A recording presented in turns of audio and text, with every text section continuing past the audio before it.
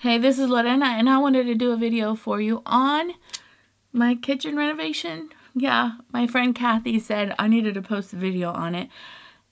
That she wanted to see it badly. So she's like, you need to post it. They want to see it too. So here's my kitchen renovation. Yeah. Oh, yeah. It was ugly. And now it's pretty. All right, so let's get to it.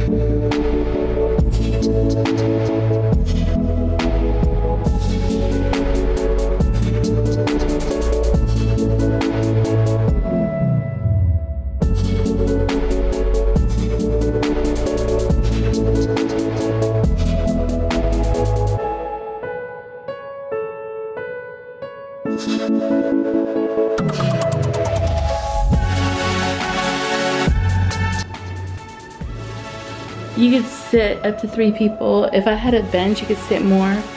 And I don't know if you can see down there, there's some custom shelves, just like the other side.